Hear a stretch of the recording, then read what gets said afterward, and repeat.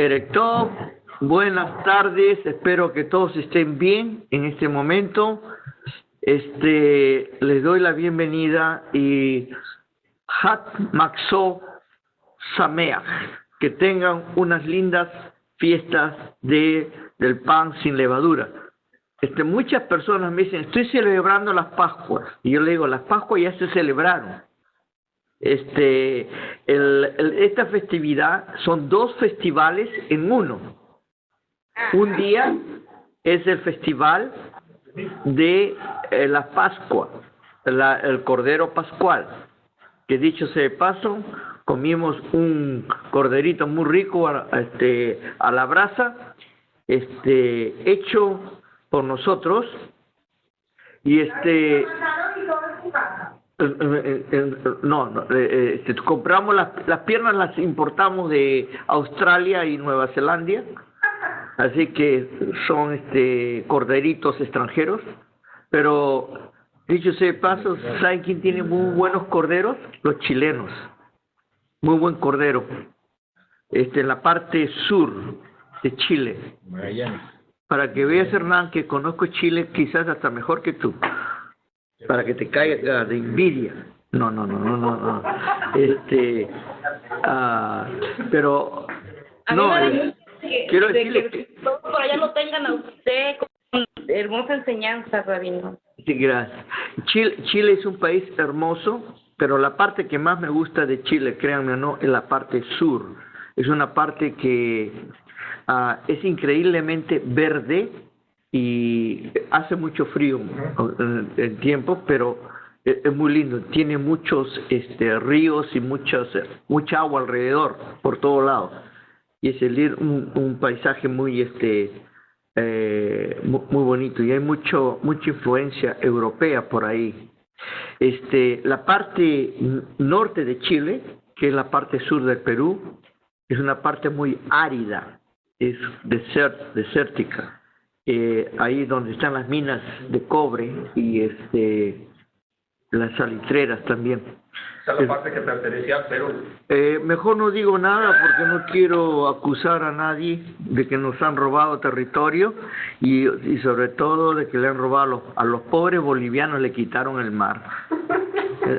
Miren que los han dejado solamente con un lago, y el lago, la mitad es peruana y la mitad es boliviana. Entonces le han dejado con medio lago, pero el lago se llama Lago Titicaca, y nosotros decimos Titi para el Perú, el resto para Bolivia, así que ya saben, ¿ok?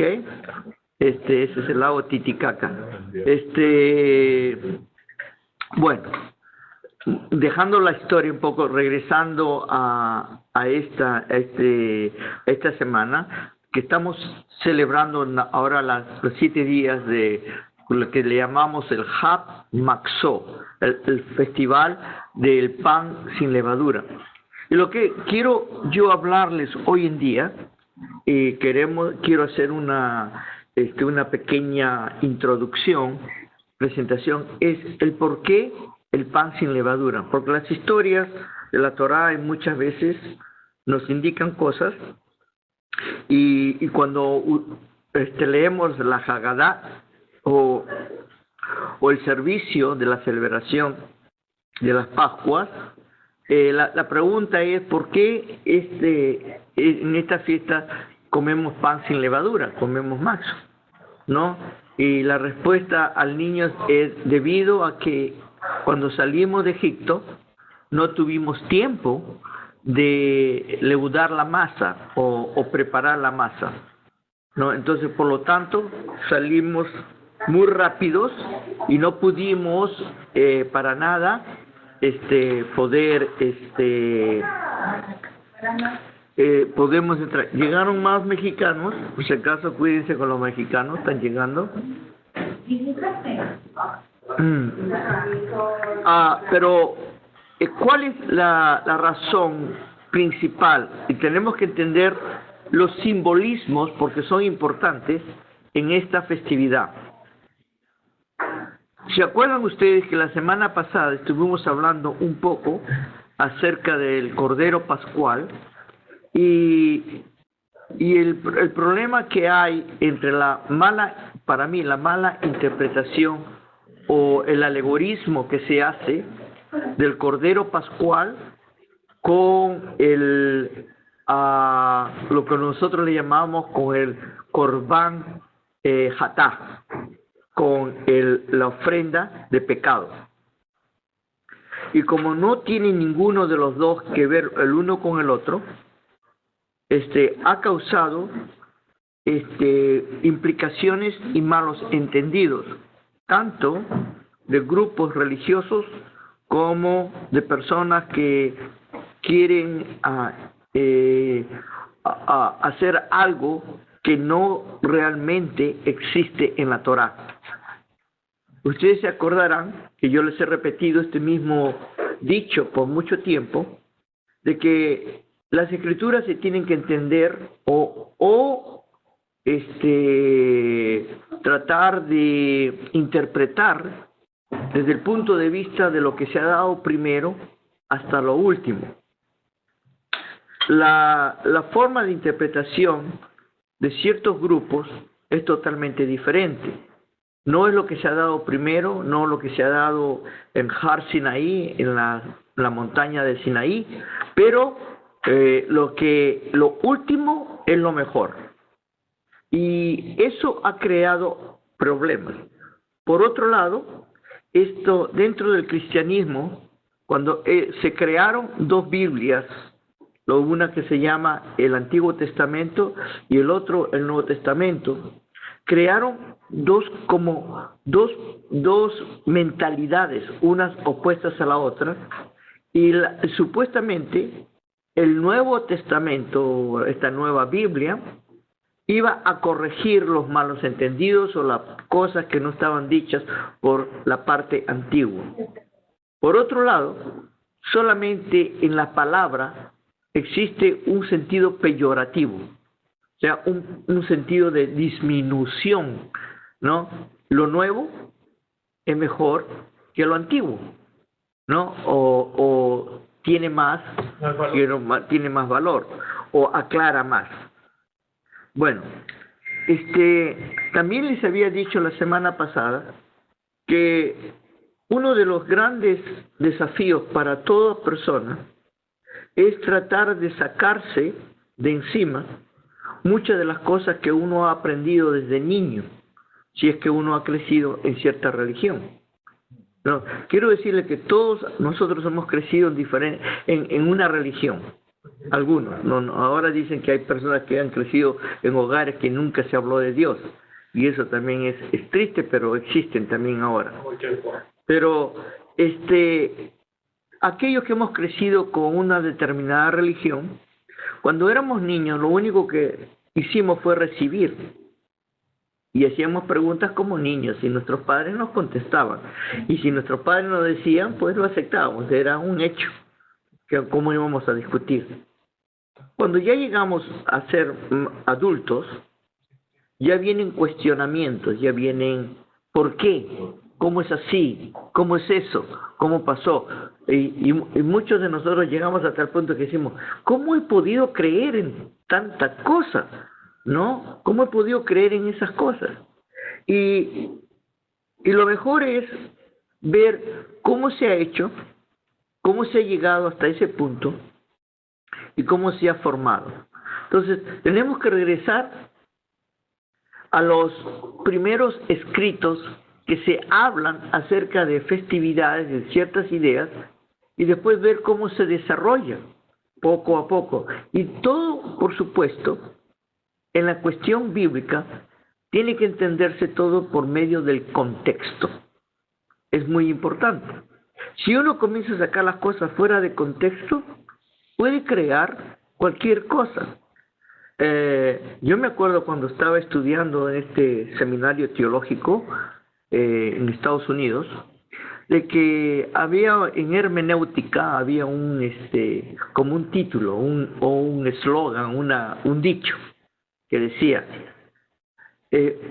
cualquier versículo fuera de contexto es un mero pretexto, ¿no?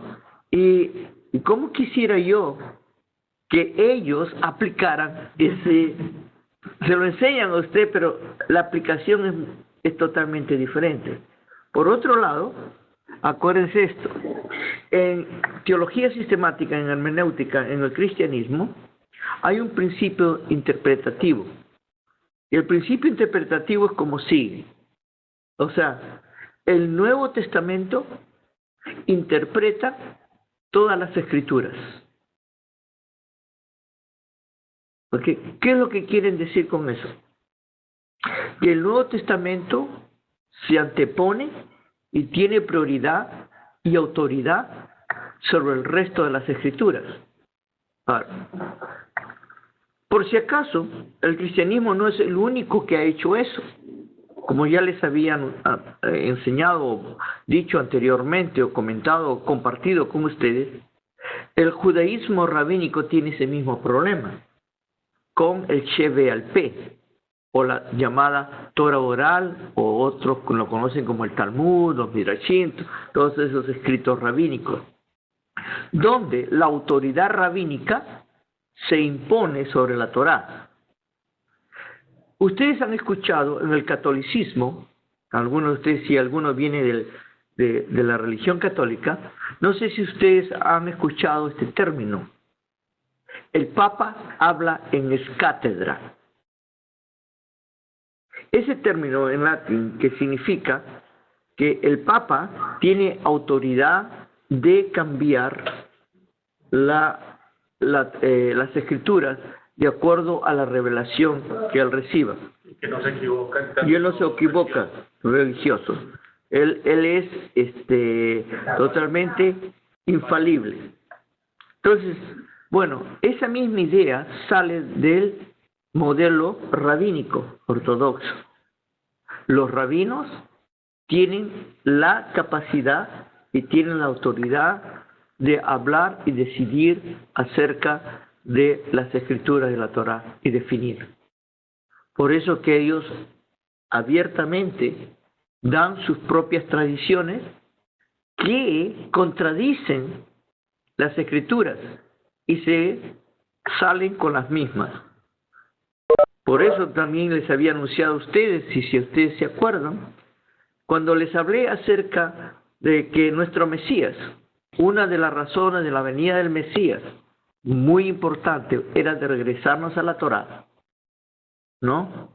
Había dicho esta semana pasada en la enseñanza del Pesaj, es de que, ¿por qué se festeja el Pesaj? Que tiene un simbolismo mesiánico, pero no tiene el simbolismo que el cristianismo le ha dado. ¿Se dan cuenta? Pero, ¿qué pasa cuando dos simbolismos o dos ideas se contradicen la una con la otra? ¿A cuál se le da el valor? ¿A cuál se le dice esta tiene razón o esta no tiene, o esta invalida a la otra? ¿No? Y todo depende de la religión. Todo depende de lo que uno quiera creer, ¿no?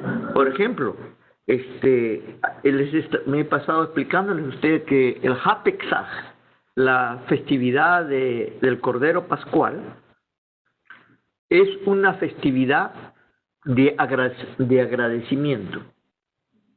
No tiene nada que ver con pecado, no tiene nada que ver con perdón de pecado, no tiene nada que ver con absolución de pecados. Entonces la pregunta es, ¿cómo es posible que la Torá enseñe una cosa y después viene otra religión y dice totalmente lo contrario? Y es allí donde uno si se podría decir, uno se confunde. Que por un lado, aquí me dicen una cosa y por el otro lado me dicen otra cosa, ¿no? Entonces, uno tiene que hacer decisiones y tiene que llegar a la verdad. Y yo considero que el Eterno siempre nos lleva y nos conduce a la verdad. Si somos honestos y le pedimos que nos dirija a la verdad, nos va a dirigir a la verdad. ¿No? Yeshua dijo, conoceráis la verdad y la verdad os hará libre. ¿Qué significa? Conoceráis al Eterno, a Dios omnipotente, bendito sea, y Él te liberará de todas las ataduras de los hombres. Pero ¿qué ha pasado? Las religiones tienen esta tendencia. Las religiones tienen la tendencia de agarrarnos con doctrinas, con enseñanzas que nos hacen casi esclavos nuevamente de opresores o de poderes que nos opriman. Es interesante, por ejemplo, ver en este caso, para mí es interesante solamente por el hecho de verlo de esa forma, lo que significa las Pascuas. Las Pascuas fue el proceso del Eterno de liberar a Israel de la opresión. Mucha gente solamente piensa de la opresión física, ¿no? Pero una de las opresiones que Israel tenía más graves era el proceso de la asimilación, de la pérdida de identidad y la aceptación de dioses falsos. Israel estaba ya en la línea fronteriza, si se puede decir así, de la idolatría. Y ahí va a caer en la idolatría. Entonces, es el Eterno el que lo saca a Israel de eso. Esa es la función de Moshe Rabenu, que es el mediador, el intermedio, el que el Eterno ha llamado para que sea su intermediador. Y él, Moshe Rabenu, hace el papel, el rol de Mesías. Entonces, cuando lo comparamos con Yeshua y comparamos con Pesaj, con las Pascuas, tenemos que entender cuál es la relación del uno con el otro, porque hay una resemblanza. Entonces, ahí nos vamos a poder dar cuenta que Yeshua también vino a liberar al pueblo de Israel de esta opresión, de la casi asimilación y a la aceptación de otras formas de idolatría, ¿no? Y ya en ese entonces, en el tiempo del Mesías, de Yeshua, podemos ver que ya el judaísmo se había dividido en varios grupos o sectas. El judaísmo de Israel estaba bastante dividido. Habían grupos separatistas, habían grupos que estaban uno contra el otro. Habían grupos ya existentes que ya no aceptaban al templo, ¿no? Y habían salido aún a sacerdotes que eran parte del sacerdocio de Aarón, habían abandonado el servicio en el templo debido a que el templo había sido vendido a los romanos y al que tenía más dinero.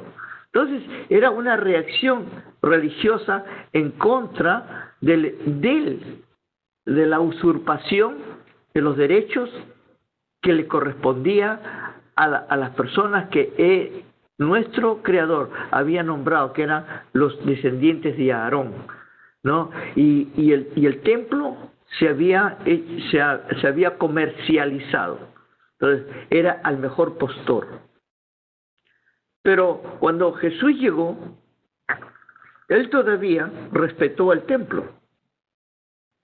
Cosa que, por ejemplo, el grupo de Qumran, donde viene Juan el Bautista, que también era sacerdote por si acaso, pero que ya se había salido el sacerdote, viene a decirle que ya ese templo no es bueno, y es nuestro Mesías Yeshua el que todavía defiende al templo. No defiende a las personas que están en el templo, defiende la identidad del templo, lo que significa, ¿no? Entonces, yo quiero que ustedes vean la relación entre las Pascuas con Moisés y las Pascuas con Yeshua. Otra idea que se desarrolló con el tiempo, en esos diferencias de casi 2000 años entre uno y el otro, es de que se tiene aquí el caso de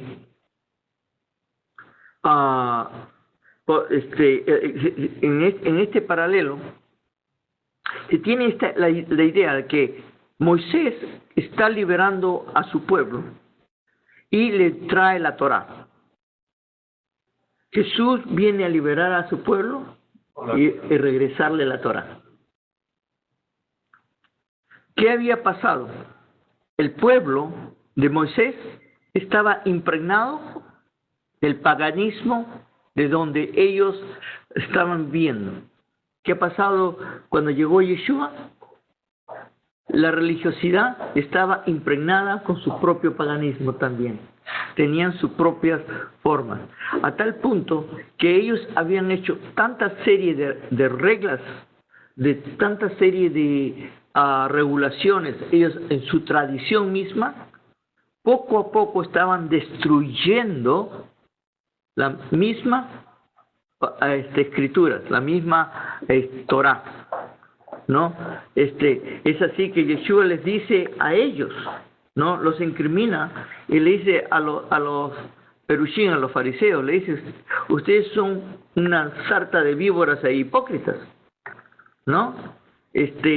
Con sus vanas o humanas doctrinas han nulificado la palabra del Eterno, han nulificado la Torá.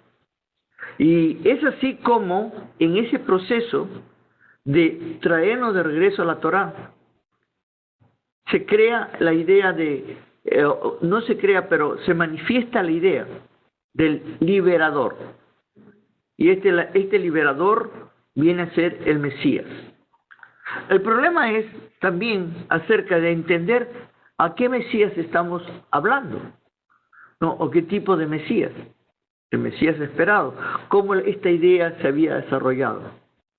En ese tiempo, en el periodo en que Israel llega a ser una nación, un imperio, después es dividido en dos.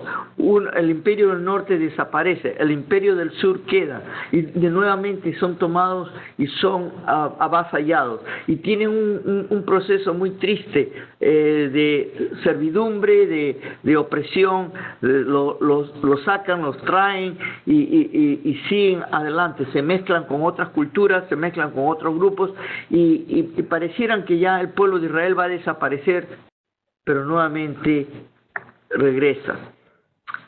Todo eso es para indicarnos que en esta lucha siempre el Eterno está con su gente. Esta gente no es todo ahora el Israel como queríamos, pero siempre ha existido esta idea de un remanente, el remanente del Eterno. No, cuando nosotros escogimos el nombre de nuestra congregación, escogimos el nombre del segundo hijo de Yeshayahu Hanaví, del profeta Isaías.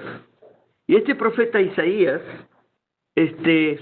su segundo hijo, el Eterno le dijo que se tenía que llamar Shear Yashu, que significa el resto regresará, retornará. Entonces, nos da una idea, como Yeshua mismo dijo, ¿no?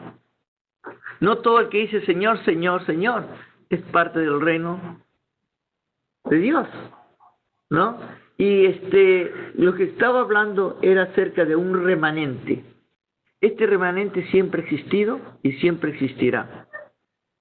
Esta idea de que la mayoría manda, esta idea acerca de democracia, es lo que en cierta forma está destruyendo nuestra civilización, ¿no?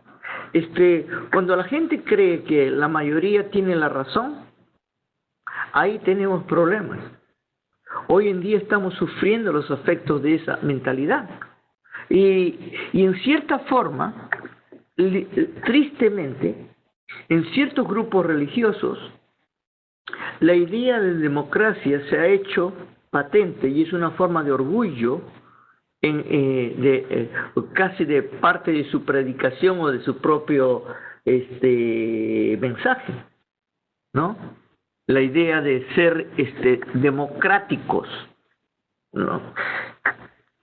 El Eterno nunca habló de democracia. Si ustedes ven desde el comienzo cuando sale de Israel, de Egipto, nunca hubo una democracia. Se elegían a las personas, se ponían a personas con cierta capacidad, con cierta responsabilidad en ciertos lugares, pero siempre había una cabeza. Y esa cabeza dependía de ¿quién? De Dios.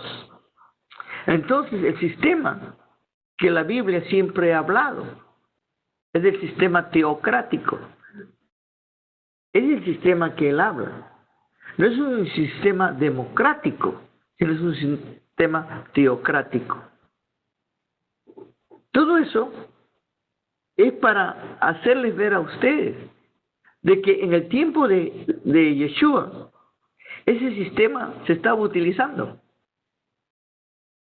Con la paz romana, el emperador era Dios mismo en carne. Por si acaso, el emperador romano, el César, no era hijo de Dios, era Dios en carne. Después, por supuesto, se extendió esta idea de hijo de Dios con los hijos de los emperadores y que con el tiempo se pusieron en ese sentido, se comenzó a dar ese título. Pero la idea, esto de hijo de Dios, es una idea que viene del paganismo.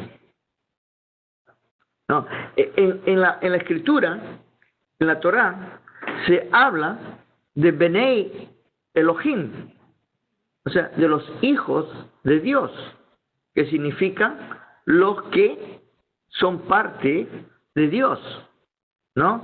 Pero eso no tiene ningún tipo de calidad divina, sino que tiene un significado de pertenencia, Más de revelación a Dios.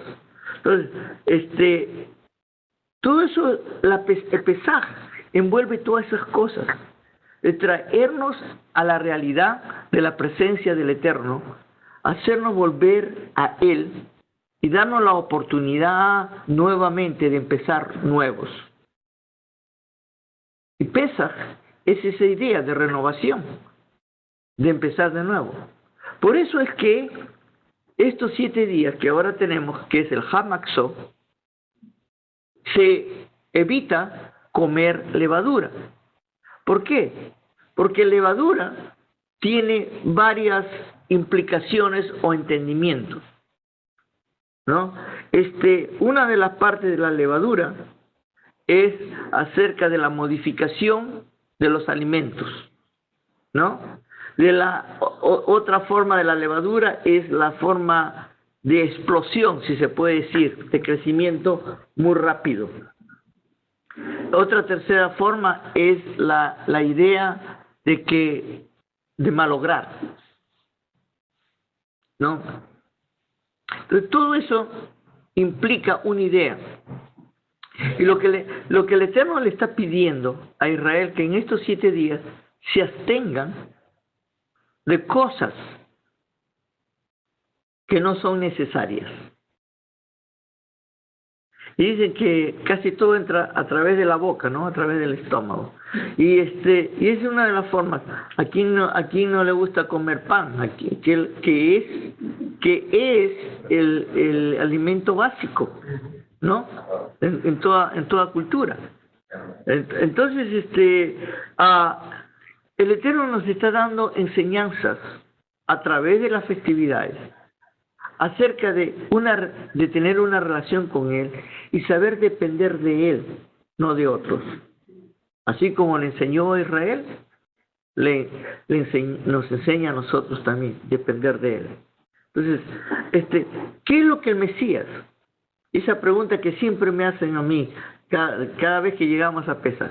Entonces, ¿para qué murió el Mesías? Si no es para el perdón de los pecados. ¿Por qué Jesús tenía que morir? Primeramente, tenemos que verlo desde el punto de vista histórico y dentro del contexto, ¿no? A Jesús lo mataron. Ahora, eso de que digan que a Jesús lo mataron por causa de nosotros, a veces es estirar la verdad, ¿no? A Jesús lo mataron. Y lo mataron por cuestiones religiosas que se lo pasaron a cuestiones políticas. ¿Ok? ¿Perdón? ¿Qué? Él era un político en el fondo, ¿no? Él nunca fue político. Él no vino a sacar a Israel bajo el poder de los romanos. Él lo que vino es a darles a Israel la oportunidad de regresar al Eterno, a regresar a la Torá. Y si ellos regresaban a la Torá, aunque estuvieran bajo el mando de otro imperio, yo estoy completamente seguro de que quizás esta sea parte de mi fe, más que todo, que el Eterno los hubiera librado inmediatamente de si ellos hubieran sido fieles en ese momento al Eterno, de regresar, no de cumplir, no de decir de arrepentirse, yo tengo la culpa, sino de regresar a obedecer al Eterno. Porque la misma idea con la primera Pascua. La primera Pascua, acuérdense que la primera Pascua, que podría llamarse también política, porque era sacar al pueblo de Israel de la opresión del faraón, lo que Moisés le pedía al comienzo al faraón: déjanos salir para regresar a nuestro lugar y poder adorar a nuestro Dios, como nosotros sabemos. Fue el faraón que no quiso dejarlo salir. Era como el perro del hortelano, ni comía ni dejaba comer, ¿no? En el sentido de que tenía miedo de que Israel creciera mucho dentro de Egipto, y después se podía comer Egipto. Y por otro lado, cuando Israel dice déjanos salir para que así no te molestemos a ti y regresamos a nuestro lugar, no los quería. ¿Por qué? Porque la mano de obra era barata. ¿Te das cuenta? Entonces, habían los dos lados. Por un lado es el aspecto religioso, si se puede decir, o espiritual, y por otro lado el aspecto político, que se mezclan. ¿Y por qué mirar a Jesús solamente desde el aspecto religioso, tal como lo está enfocando el libro? A Jesús no lo veo del punto religioso, lo veo del punto de vista espiritual. Su labor de Jesús era de regresar a su pueblo a la Torá. Una vez que el pueblo regresaba a la Torá, el resto iba a tomar su propio destino. Iba a ser similar a lo que Moisés hizo con Egipto. Si tú te das cuenta, escúchame. Esto es lo que compáralo con la primera Pesaj. Cuando el Señor le ordena a Moisés que le diga al pueblo de Israel que tengan que matar al cordero y poner la marca de sangre al costado, era un desafío al pueblo de Egipto. A la misma vez era reforzar al pueblo de Israel acerca de quién realmente estaba a su cargo. Cuando el Eterno hace lo mismo con el Mesías, con Yeshua, de traerlos a la Torá, si el pueblo de Israel hubiera obedecido y hubiera entrado a la Torá, hubiera sido casi similar hacia el Cordero Pascual que era un desafío al poder que oprimía al pueblo de Israel, y el Eterno los iba a sacar de ese oprobio, de ese desafío. O sea, tiene el 1 y el 2. No es que solamente Jesús tenía el mensaje del Mesías, era única y exclusivamente traernos a la Torá, pero al traernos a la Torá y el pueblo de Israel ser obediente, habían consecuencias que iban a favorecer a Israel, pero Israel no lo hizo. Por lo tanto, Israel falló. Peor aún, si ponemos solamente en comparación, ponemos a Moisés, que casi pasa por si acaso, con el Mesías. Si tú te acuerdas, cuando Moisés fue enviado por el Eterno y le dice que le mande al faraón, él se reúne con todos los ancianos de Israel y van de frente al faraón. Y el faraón no solamente se ríe de él, pero le hace las cosas todavía más feas. Y se regresa Moisés malhumorado y molesto. Él dice: ¿para qué me has llamado a hacer el ridículo cuando, mira, y ahora la gente no solamente no me quiere escuchar, sino me quiere apedrear? No, me quieren echar. Esa es su propia gente. ¿Ok? Con el Mesías ha pasado algo parecido. Regresa a su pueblo. Su pueblo no, básicamente, es el pueblo religioso. O sea, lo que yo no le llamo el pueblo, sino le llamo la argolla religiosa, si se puede decir así, o la mafia religiosa, si hoy día podemos hablar. Son los que se dan cuenta que Yeshua, Jesús, le va a malograr todo el negocio que ellos tienen. Ellos están felices así. Sean agarrados por otro pueblo extranjero y estén bajo la custodia, pero ellos vivían muy bien, ellos eran ricos, ellos tenían una buena vida, los religiosos. ¿Para qué cambiar el status quo? No, entonces viene acá, Jesús me va a malograr todo. No solamente me va a quitar el negocio, pero los romanos nos van a atacar, nos van a matar y nos van a destrozar. Nosotros no somos nadie en comparación de este imperio romano, que es como decir que el país de Costa Rica se metiera en guerra contra Estados Unidos, ¿no? Un mejor ejemplo te voy a poner. Puerto Rico, que es una colonia, si se puede decir, de Estados Unidos, que venga y se levante en armas y se subleve contra Estados Unidos, le quiere hacer la guerra a Estados Unidos, ¿no? No hay ni forma para decir que va a haber va a haber guerra y lo van a aplastar. Entonces, el pueblo de Israel, esta argolla religiosa acusa a Jesús de sedición, porque ellos no tenían la potestad de mandar a nadie a la pena de muerte, solamente los romanos. Y los romanos solamente mataban por sedición. Porque si tú no hacías sedición, lo que te hacían esclavo y te mandaban a los garrotes, a las minas o a los botes, a picar piedras. Pero en este caso era la pena de muerte era por siendo colgados en el madero, era por sedición. Y eso es lo que le pasó al Mesías. O sea, él fue acusado de un cargo político, pero la razón fue por el peligro que él representaba al status quo de los religiosos. Entonces, esta semana de 7 días que nosotros tenemos el Hag Matzot, que es la fiesta de comer los panes hacimos o sin levadura, la pregunta es: ¿por qué son 7 días? ¿No?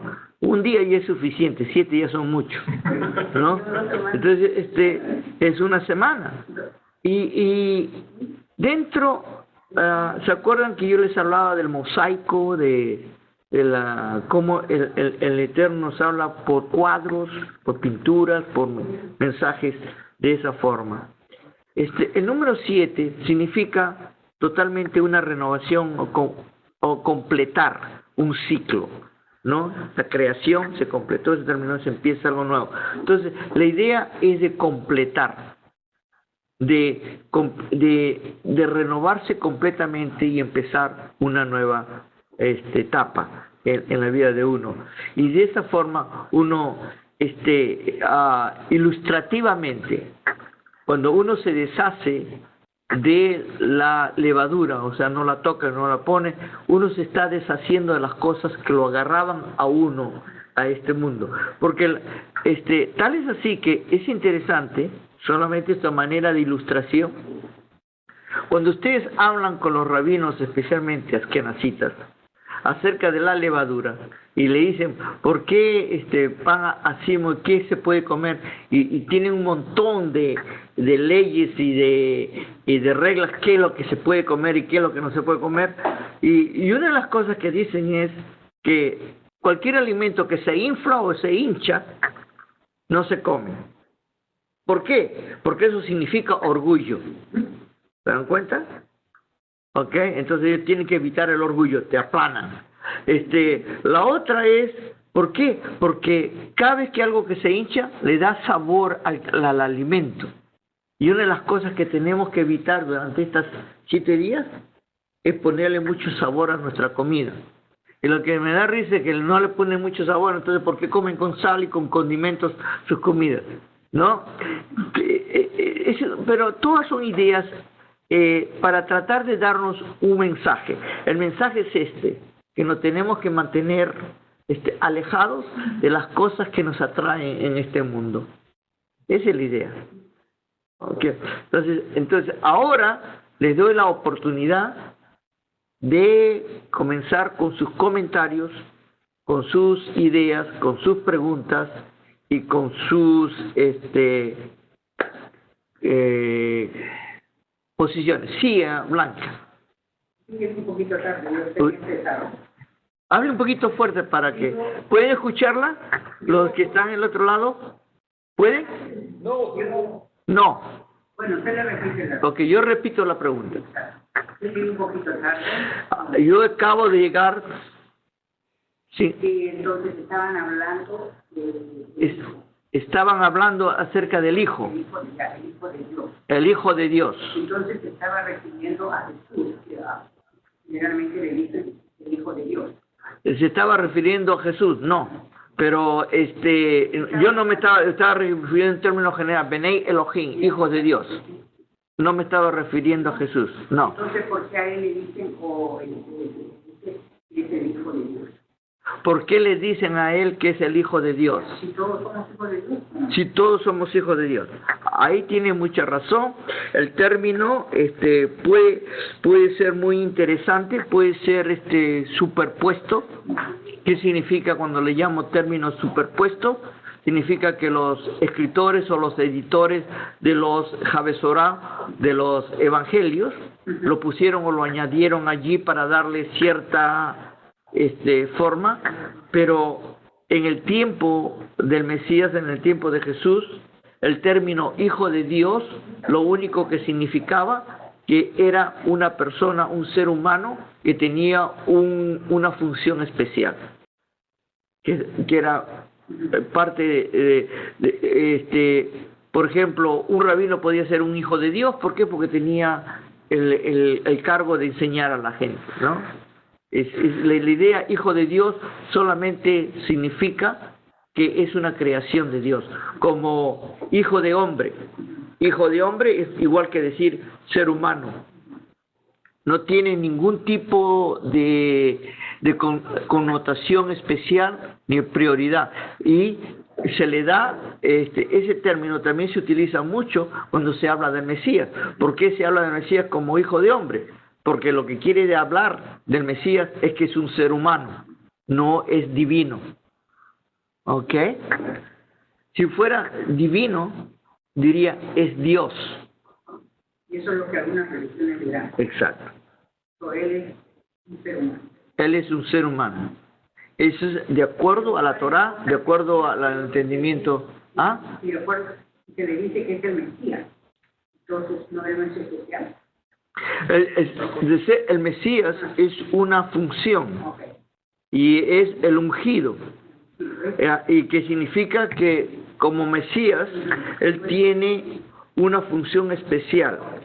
Ahora, la palabra Mesías es una palabra muy genérica que significa ungido, y dentro de la Torá se habla, por ejemplo, se unge muchas cosas.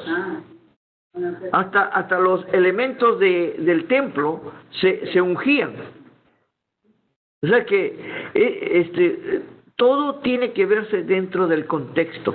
Pero en el sentido que se habla de Mesías ahora, es alguien que viene del estirpe de David, porque era ungido, o alguien que viene de la estirpe de Aarón, porque era un sacerdote, o alguien especial que era llamado por el Eterno, que tenía la particularidad de ser profeta, y los que eran llamados a ser jueces, que también a los jueces se les llama Elohim.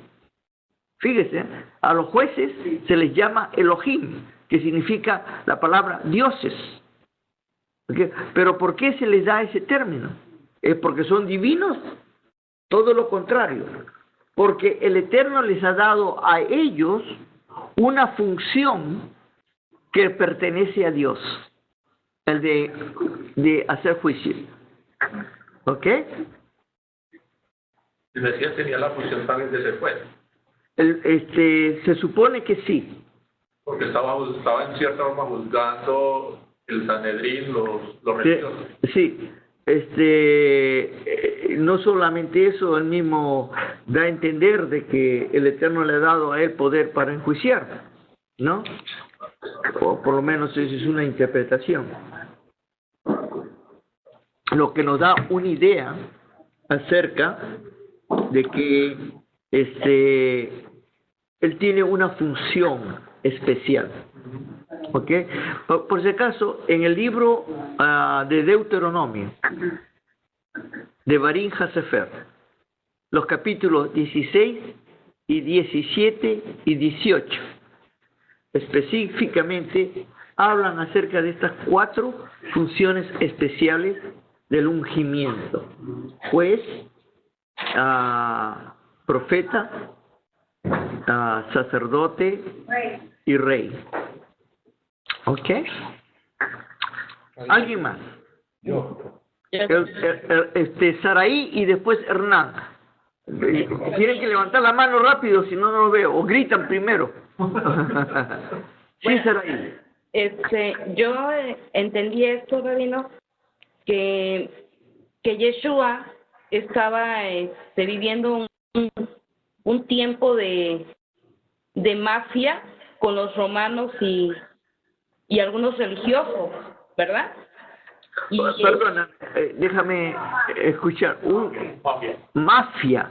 Ajá, bueno, podría decirse de esa manera, ¿no? Porque se estaban vendiendo los cargos de sacerdocio y muchas cosas ilícitas que él quería mostrarles para que corrigieran. Y como yo aquí entiendo que más bien los religiosos se unieron con los que tenían el poder, que fueron los romanos.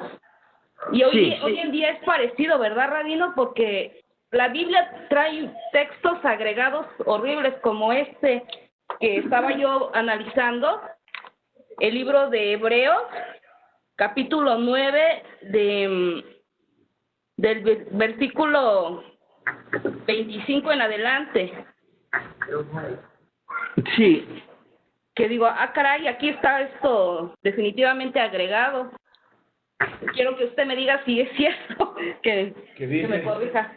A ver, ¿puedes leerlo? Sí, dice, para presentarse ahora ante el acatamiento de Dios a favor nuestro. Bueno, aquí habla es que trae cosas que sí dice la Torá, Rabino, desde el 18 en adelante. habla sobre la alianza que se inauguró y habla sobre el uso de la sangre, bueno, como lo hacían en el templo, yo lo entiendo así, pero aquí lo están, ¿cómo dice usted? La palabra esta que se dice sincretismo, están mezclando, porque aquí desde ahí está hablando que por la sangre de él como cordero se iba a salvar la humanidad. Y más adelante en el 25 dice que él no vino a dar su sacrificio repetidas veces, sino una sola vez. Pero se lo leo desde el capítulo 9 de Hebreos, versículo, ¿de qué número? Desde el 18 habla sobre lo que hacía Moisés. Y ya después se está mezclando que supuestamente aquí Yeshua es el Cordero. De donde vino que ni aún el primero fue consagrado sin sangre. Ajá. Porque sabiendo... Capítulo 9. Ajá, capítulo 9. Del pacto reglamento del culto y santuario mundano, porque el tabernáculo fue hecho. De Pablo del 25. Del 18 hasta el 25.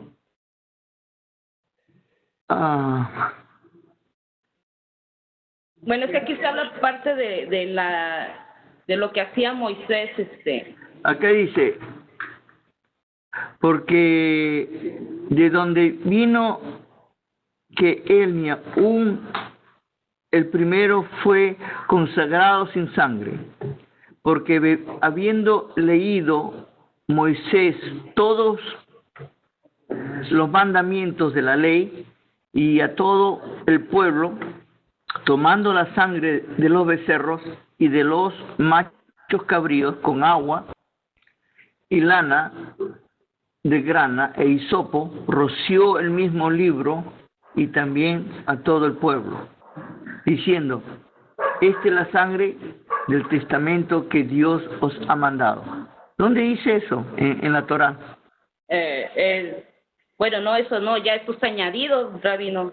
Pero por eso uno tiene que tener cuidado cuando uno lee que supuestamente utilizan el nombre de Moisés, que supuestamente Moisés está diciendo y Moisés nunca lo dijo. Así es, utilizan aquí cosas que dice de los novillos que hicieron, ahí es donde yo entiendo que metieron el sincretismo, bueno, no sé pronunciar bien, pero eso. Sincretismo, lo dijiste bien. Sí, eso, cosas que no es verdad de lo que hizo Moisés en ese tiempo, pero una mentira de cosas que no fue. Es cierto, mira, es cierto. Aquí viene el problema. Yo siempre, por ejemplo, utilizar el libro de Hebreos es uno de los libros que la gente debería de entender el contexto en que ha sido hecho y quiénes lo están diciendo. De esa forma uno puede entender mejor la interpretación. Pero de todas maneras, aquí hay el grupo de los que seguían los escritos de Hebreo. Eran gente qumránica como Juan el Bautista. Ellos estaban peleados con los sacerdotes en este momento y con el templo. Ellos tenían la filosofía que ya el templo dejó de servir y ahora necesitaban ya no necesitaban templo, todo lo podían hacer fuera del templo. Tal es así que podemos ver, por ejemplo, la pregunta es esta, y que uno tiene que entenderlo dentro del contexto del tiempo. ¿Por qué Juan, el que inmerse o el Bautista, por qué estaba sumergiendo a la gente en agua y le estaba pidiendo que era un bautizo o una inmersión de arrepentimiento, de teshuvá? Por si acaso, aquí viene algo muy especial y muy concreto. Jesús lo hizo. Y como se tiene que añadir la idea que Jesús era sin pecado, entonces dice que él se bautizó no por Teshuvá, por arrepentimiento, sino solamente para seguir la parodia, o seguirle lo que todo el mundo dice, ¿no? Pero él no necesitaba eso. Ese es el problema del, como yo le llamo, el acomodamiento de una verdad con una explicación de que se ha dado para tratar de hacer algo que no es. Siempre he dicho que una mentira trae 3 mentiras más acompañadas. O sea, para uno sostener una mentira es como un triángulo y se forma una pirámide. Para sostener la mentira en la parte de abajo, comienzo a hacer mentiras abajo y abajo para poder sostenerla. Cuando uno lee el libro de Hebreos, uno tiene que entender de dónde viene, quién lo escribió, para qué lo escribieron y qué de las partes que dicen ahí son correctas y cuáles no son. Por ejemplo, ahí vas a ver que menciona acerca que solamente hay perdón de los pecados. No puedes perdonarse los pecados sin derramamiento de sangre. Así es. ¿Ok? Y dicen, y ponen como nota Levíticos 17:11. Si tú lees Levíticos 17:11, no dice eso. ¿No? ¿Ok? Lo que dice es que en la sangre está la vida. Así es. ¿Ok? Pero no dice que la sangre perdona pecados. Sí, bueno, y si usted ve el artículo 27, ahí dice del mismo modo... Estoy llegando. Ajá. Versículo 27. Y 28. Okay. O sea, Y de la ahí... manera que está establecido a los hombres que mueran una vez y después el juicio, así también Cristo fue ofrecido una vez para agotar los pecados de muchos, y la segunda vez sin pecado será visto de los que le esperan para salud. Yo a mí me queda claro que el Eterno es claro con la vida. Él nunca aceptó los sacrificios de ningún ser humano, y aquí es donde yo pues veo esta cosa que todavía confunde a muchas personas, ¿no? Ya, y digo, por si acaso te voy a decir una cosa que muy pocas personas entienden acerca del libro de Hebreos, y yo les digo a todos ustedes que vayan y estudien un poco acerca de cómo se obtuvieron estos pergaminos y cómo se hizo el canón cristiano. Uno de los libros últimos que fue aceptado dentro del canón cristiano fue el libro de Hebreos. Ahora, el libro de Hebreos no es el más último, sino es uno de los más antiguos que se escribieron, ¿no? Hasta hoy en día no se sabe quién es el autor, aunque se lo adjudican a Pablo. Hay otro grupo que dice que no fue Pablo, sino que fue Apolos. Algo interesante, que supuestamente dicen que es el libro escrito para los judíos, ¿ok? Ahora, pero ¿quiénes fueron los que escribieron, los judíos o para los judíos? ¿Ok? Ese es uno. Segundo, lo que es muy interesante, de todos los libros que se han encontrado, que conforman los 27 libros del llamado Nuevo Testamento, los escritos mesiánicos, el libro de Hebreos es el libro que tiene el griego más avanzado o elevado de todos. ¿Qué es lo que nos da a primera vista? ¿Qué es lo que nos está diciendo? Que este libro ha sido elaborado por gente griega, que ha basado las cosas en grupos grupos disidentes del judaísmo normal, que eran los del grupo escénico, de los de Qumran. Entonces, ellos han sacado cosas de ellos y han hecho un tratado basado en las ideas y en los pensamientos de los escenos. Por si acaso, muchas de estas ideas, con ciertas limitaciones, ya estaban vistas en los escritos qumránicos. Por ejemplo, el maestro de justicia, el que habla los hijos de la luz, los hijos de la oscuridad, que suena muy familiar a los evangelios de Juan y a las cartas de Juan. O sea que hay una similitud de enseñanzas que se han sacado de estas personas, pero con esta idea. Sacamos sus enseñanzas, pero lo que vamos a hacer es vamos a proyectar a Jesucristo. Ya no al Mesías, sino a Jesucristo. ¿Qué significa? La idea pagana de este personaje que va a salvar al mundo, ¿no? Es a través de su muerte que se va a conseguir el perdón del pecado de todos. ¿Cuál es el problema? ¿Qué culpa tiene él de todos los pecados, no? Exacto. Y aquí hay un problema muy especial, que yo siempre les llamo la atención y quiero que entiendan cuál es mi procedimiento que estoy tratando de darle. Si la Torá, si Dios mismo nos enseña, ¿okay?, que no hay otra forma de pagar por el pecado que uno mismo, de la noche a la mañana Él va a cambiar su manera de pensar. Dice, ya el hombre no es culpable de nada, yo soy el culpable. Porque yo lo hice. Básicamente, si ustedes entienden la religión cristiana de una forma muy simple, ¿no?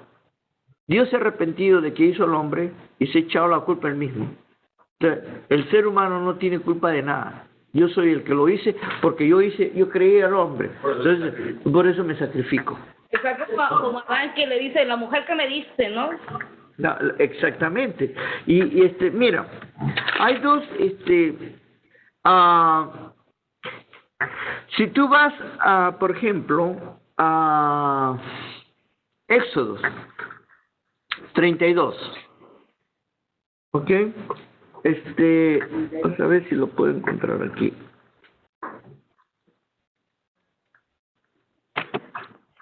Vamos a ver si llego. ¿Dónde está Éxodos? Por aquí lo tengo. Éxodos. Aquí está. 32. Ok. 32. Voy a poner 32 y 33.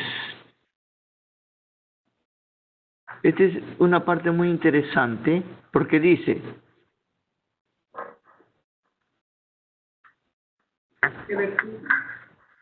32 y 33. ¿El capítulo? Capítulo 32. Capítulo 32. Voy a leerle el 31 solamente para darle un poquito de contexto, ¿ok? Y dice: entonces volvió Moisés al Señor y le dijo: ruégote, pues, este pueblo ha cometido un gran pecado, porque se hicieron dioses de oro, ¿no? Te pido que perdones ahora su pecado. Y si no, bórrame ahora de tu libro que has escrito. Versículo 33. Y el Señor le respondió a Moisés: al que pecare contra mí, a este lo borraré de mi libro. ¿Por qué no dijo: no te preocupes, Jesús viene y yo voy a mandar a mi hijo para que te perdone por los pecados? No, porque todavía no se había revelado Jesús, el Mesías. O sea que Dios estaba guardándose eso como secreto. Eso para que ustedes vean la mentalidad. Vamos ahora a Deuteronomio. Ok. ¿Dónde está Deuteronomio? Deuteronomio, capítulo 24.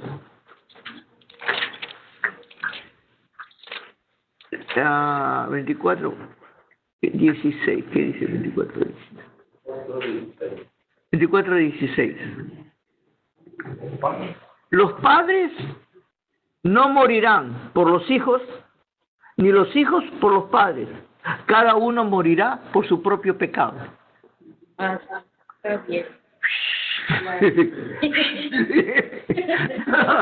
Estela se está sacando aquí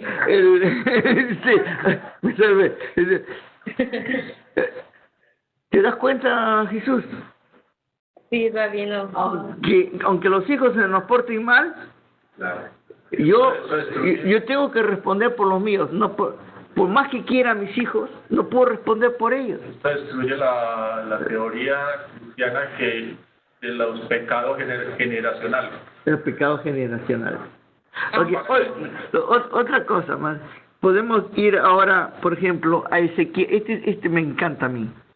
Ezequiel. Ezequiel 18.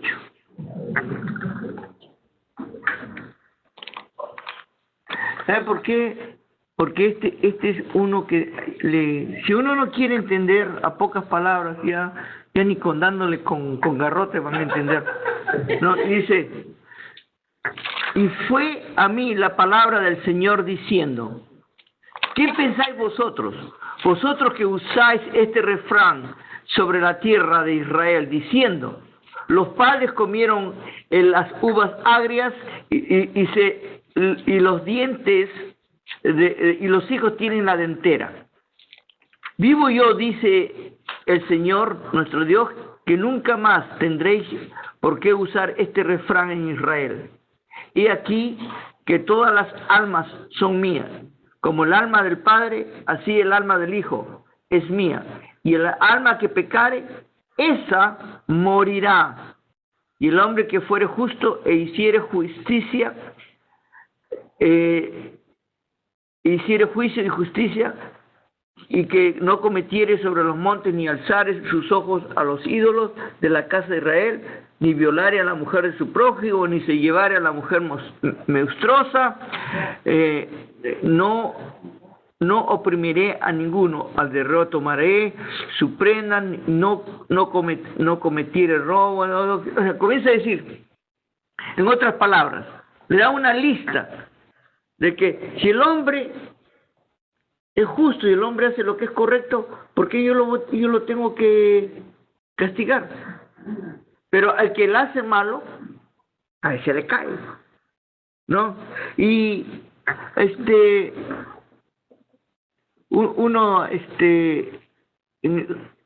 hay mucho, pero me encanta este salmo. ¿Dónde están los?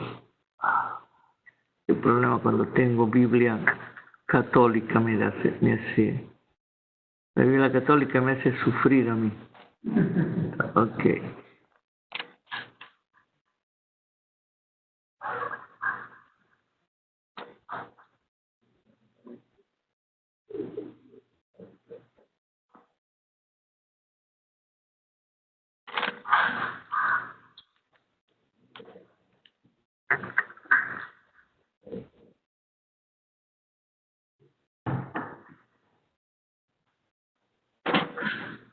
Yo lo repito mucho esta parte de Salmos 139, 23, 24, pero aquí en Salmo 51 voy a leerte del versículo 9.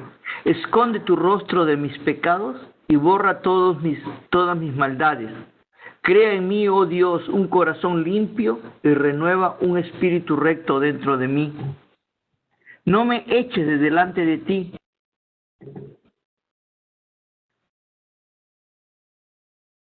No me eches delante de ti y no quites de mí tu Santo Espíritu. Vuélveme el gozo de tu salud y el espíritu libre me sustente. Enseñaré a los predicadores tus caminos y los pecadores se convertirán a ti. Líbrame de homicidios, oh Dios, Dios mío, dame salud, contará mi lengua tu justicia.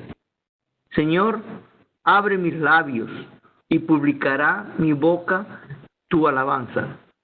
Porque tú no quieres sacrificio que yo daría. No, tú no quieres holocausto.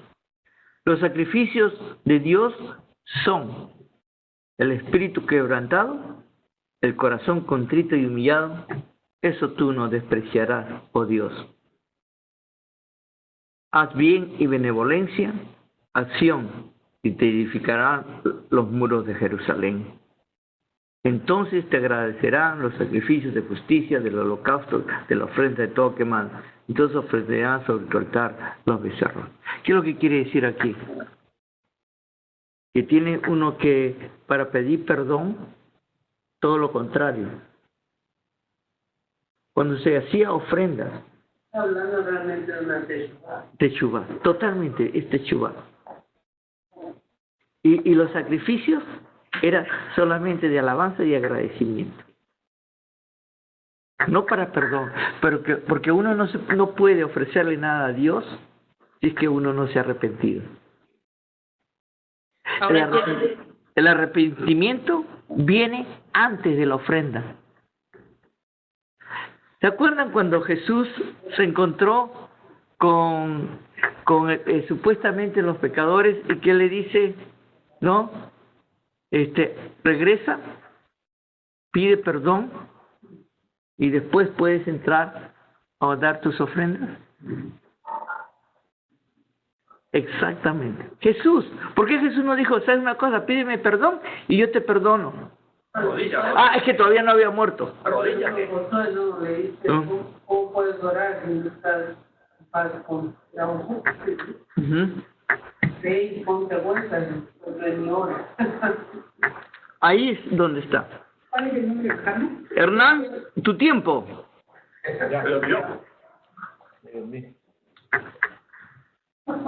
Ya te estaba viendo que me estaba durmiendo ya. Voy a tratar de ordenar la idea porque, según lo que usted dice, Jesús vendría a ser como Moisés. Sí. En un supuesto caso o un paralelo de liberación. Sí. Ya. Y la liberación significaba, según de acuerdo a lo que usted ha dicho, volver de que el pueblo de Israel en ese tiempo volviese a la Torá. Sí. ¿Sí? Sí.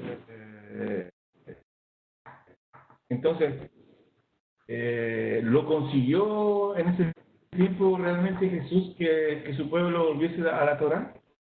Hablé, no y sí. Perdóname, eso es muy judío. Pero quedó un remanente. Y siempre se ha hablado del remanente. Si tú vas a Isaías capítulo 4 hasta capítulo 7. Sí, lo entiendo porque si le hacemos una comparación con Moisés, sucede que Moisés no sacó un remanente. Moisés salió con millones o con miles de personas desde Egipto, entonces él sí que cumplió la... Dime cuántas... dime cuántas personas que él sacó entraron a la tierra prometida. Dos. Muchos de ellos ni entraron nada más uno. No. Pero el remanente. Es el remanente. ¿Te acuerdas? ¿Ah? De los mayores de 20 años, solamente 2 quedaron. Quedó un gentil y quedó un israelita.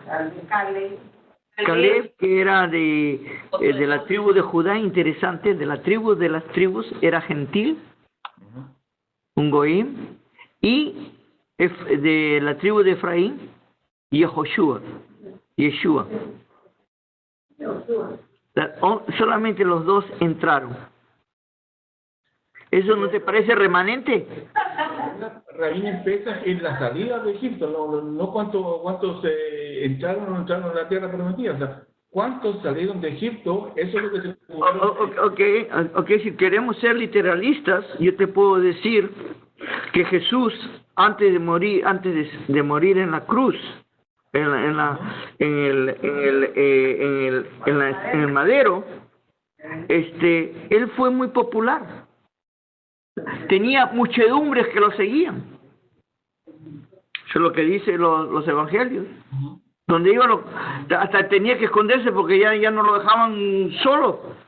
Tuvo que correr en el barco porque ya lo iban a ahogar porque tenía mucha gente.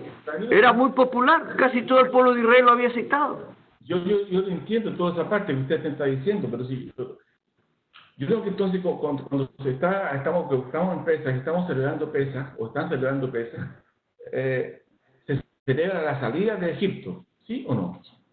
Sí. Ya. Entonces, cuando usted me habla de Jesús que el paralelo que se hace con Moshe es de que él hizo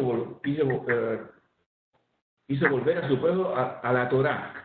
Entonces yo le pregunto, si todo el pueblo realmente volvió a la Torá, porque si realmente volvió a la Torá en ese momento, ¿por qué fue totalmente destruido y esparcido después por los romanos? O sea, ¿quién ganó realmente la batalla? La batalla final de ese tiempo. Hasta ahora, si pudiéramos decir en una forma muy honesta, estamos perdiendo la batalla. Parte de la pérdida de la batalla es debido a que hay más gente que no quiere seguir al Eterno, que quiere seguir lo que ellos quieren. Por eso es que se habla siempre del remanente.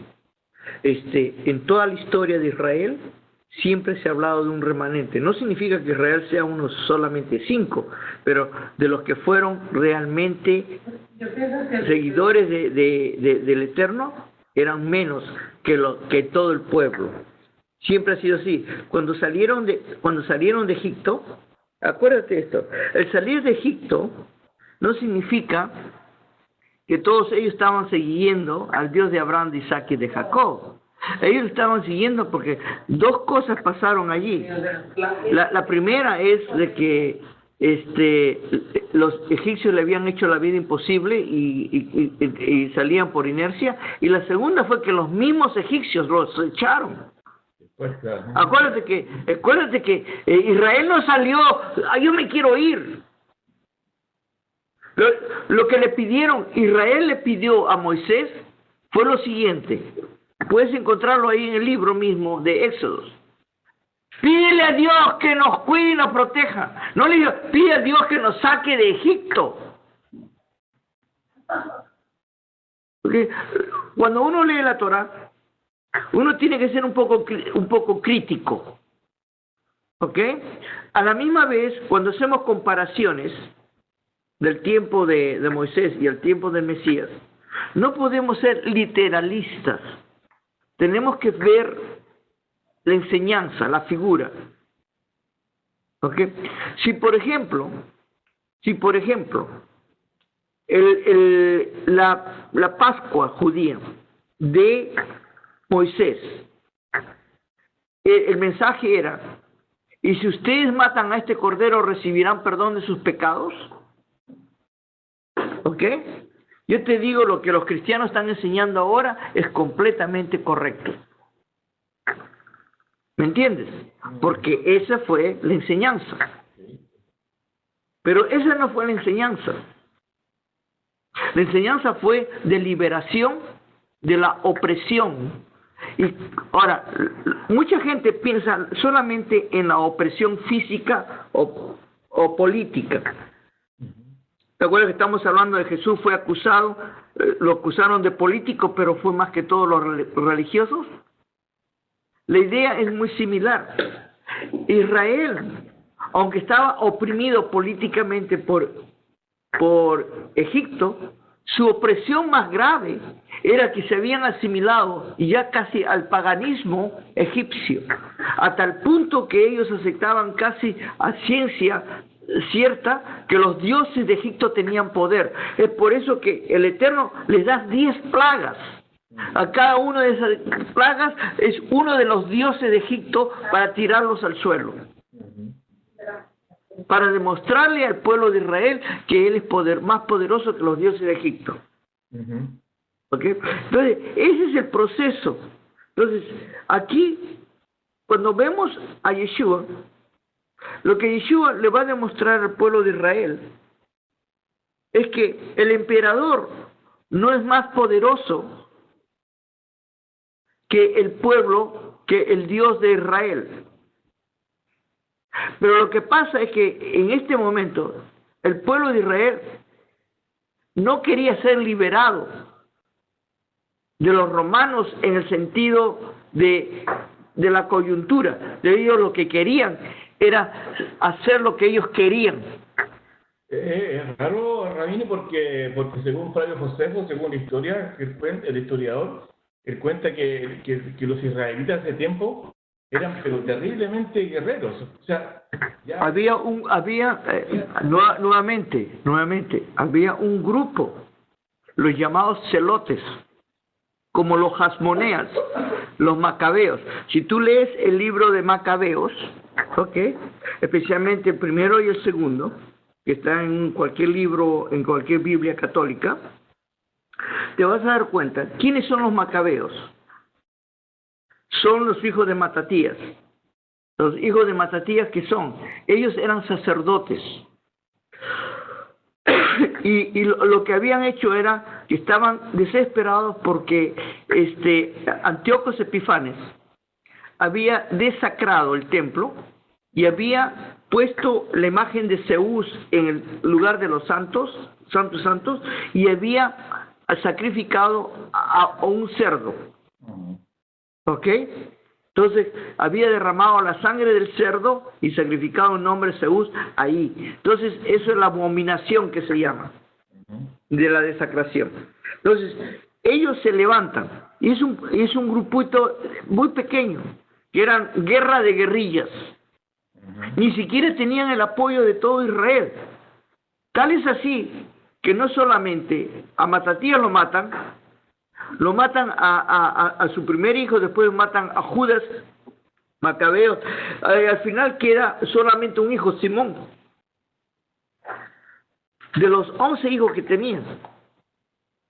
Y finalmente logran sacar a los griegos, le ganan a los griegos. Pero parte de la razón que ganaron a los griegos, creo o no, y que se cuenta como una gran victoria de Dios, es porque los romanos se metieron. Y lo único que hicieron fue cambiar de griego a romano.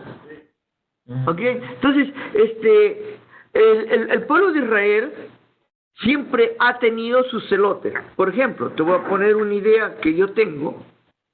Puede que la mayoría la acepte o no, es cuestión de cada uno. Pero, por ejemplo, Judas Iscariote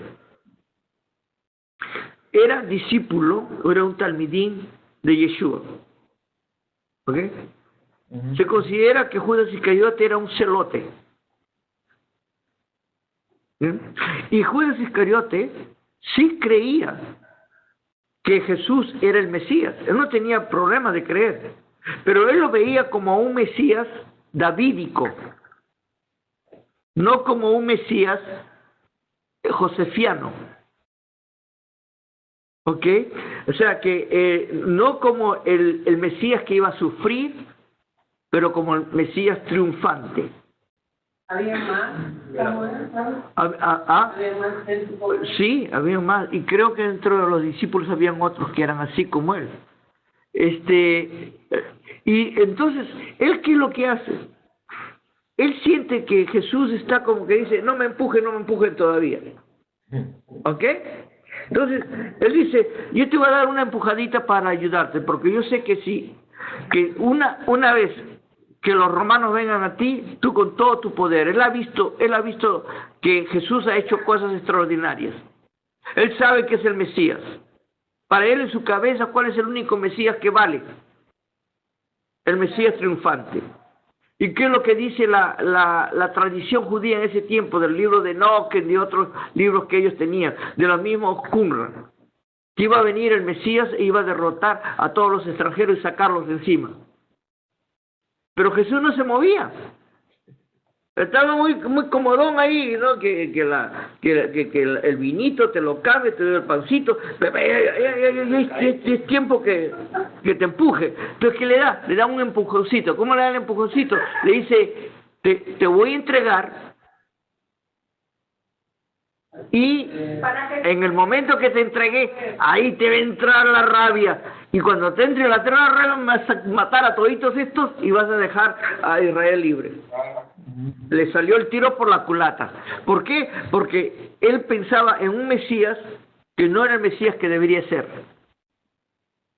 Y uno de los problemas para mí de todo Israel hoy en día, del pueblo de Israel que no ha aceptado al Mesías Yeshua y que se están agarrando de donde pueden, y por eso es que dos cosas: ellos están rechazando la religión pagana, el cristianismo, por un lado, y por otro lado están rechazando la posibilidad de que se equivocaron, ¿ok? Y se defienden a como sea, capa y escapada. ¿Y quiénes son los que rechazan eso? Es interesante. Los que rechazan son los judíos religiosos. ¿Por qué? Porque a ellos no les conviene decir, ¿sabes una cosa? Me equivoqué. Es una cosa que cometí un error. Mira, iba a hablar ahora un poco acerca de Isaías 52, 13 al 53, 12, porque se me ha pasado el tiempo. Pero solamente dice que para muestra basta un botón. Acá tengo una serie de escritos, ¿ok? Los rabinos dicen que nunca los judíos o los rabinos nunca aceptaron que Isaías 53 era mesiánico, ¿ok? Te voy a decir.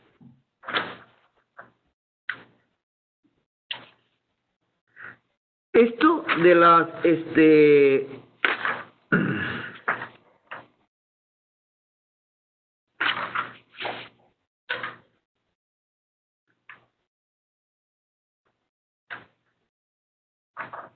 Isaías 52.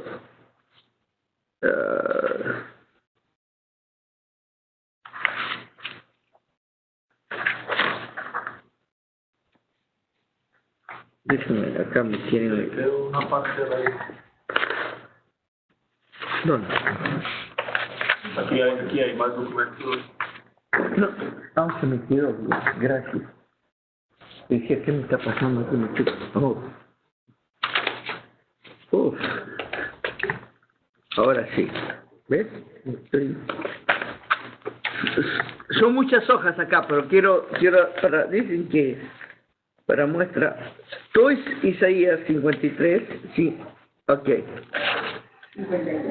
52, 13 al 53, 12. El problema es que cuando los cristianos dividieron el libro de Isaías en capítulos y se equivocaron. Bien. Pero por lo menos trataron de hacerlo bien. Ok.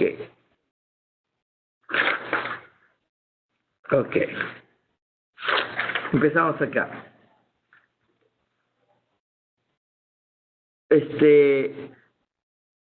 Miren, solamente uno se pregunta, primero se pregunta, ¿por qué los rabinos ahora han quitado de la sinagoga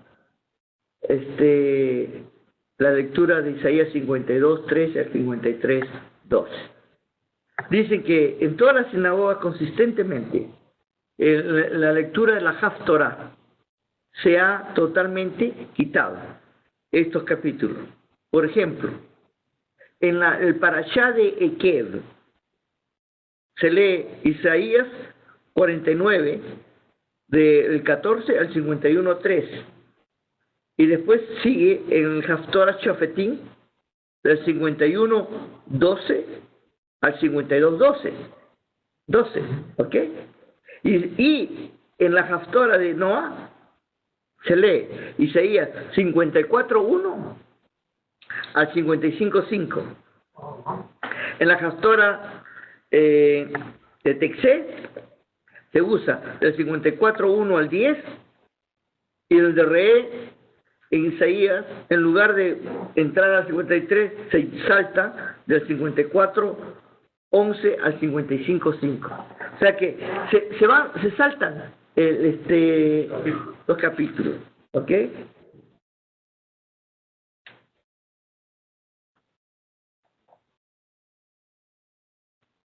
Ahora dice, en los escritos rabínicos, debido a la interpretación cristológica o cristiana que los cristianos dan a estos capítulos, ¿ok?, se ha omitido todas las series proféticas en la Haftorah. Por ejemplo, en el Shabbat de Deuteronomio, la omisión es deliberada. ¿Ya? Debería también de apuntarse de que la lectura de estos en las sinagogas de todo el mundo se ha suspendido.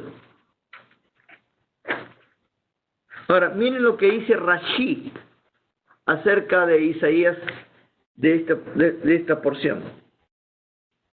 Rashi, el gran rabino askenazita de la Edad Media, de manera de evitar lo que es obvio, las implicaciones cristianas, Rashi, Rabí Solomón Isaac, cerca del año de 1040 a 1105, se refiere al pasaje de los sufrimientos a la nación de Israel, a pesar del hecho que los rabinos, tales como Maimónides, Crispín y otros, hacen la aplicación que esto es una equivocación de que se diga que se está hablando de Israel. Ellos mantienen claramente que estas escrituras hablan acerca del Mesías. La razón que Rashi trató de hacer que Israel sea el foco central de estos pasajes es debido a su espíritu anticristiano que él tenía, y él lo admitió libremente. Él lo dijo, por eso es que no quiero que se acepte. En el Targum de Jonatán 52:13 dice: la interpretación es como sigue, que se habla de él específicamente del Mesías. ¿Ok? Puedo darles, por ejemplo, en el Bavli, en el Talmud, en el libro de Sanedrín 98b, los rabinos dicen que el nombre es el estudioso leproso, y está escrito, seguro, él es el que ha llevado nuestras enfermedades, ha llevado nuestros pesares, no lo hemos estimado, porque él es el leproso, ha sido castigado de Dios y afligido. Isaías 53:4. Esto lo dice el Talmud, que es el libro autoritativo de los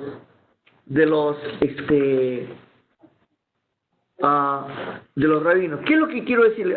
Tengo como 46 páginas que me puedo leer, pero ese no es el hecho. El punto que quiero hacerles ver es la comparación que estoy tratando de hacer. El problema de Yeshua no es el problema si Yeshua es el Mesías o no. El problema de Yeshua es hay una competición, una competencia. Están compitiendo dos religiones, la rabínica con la cristiana.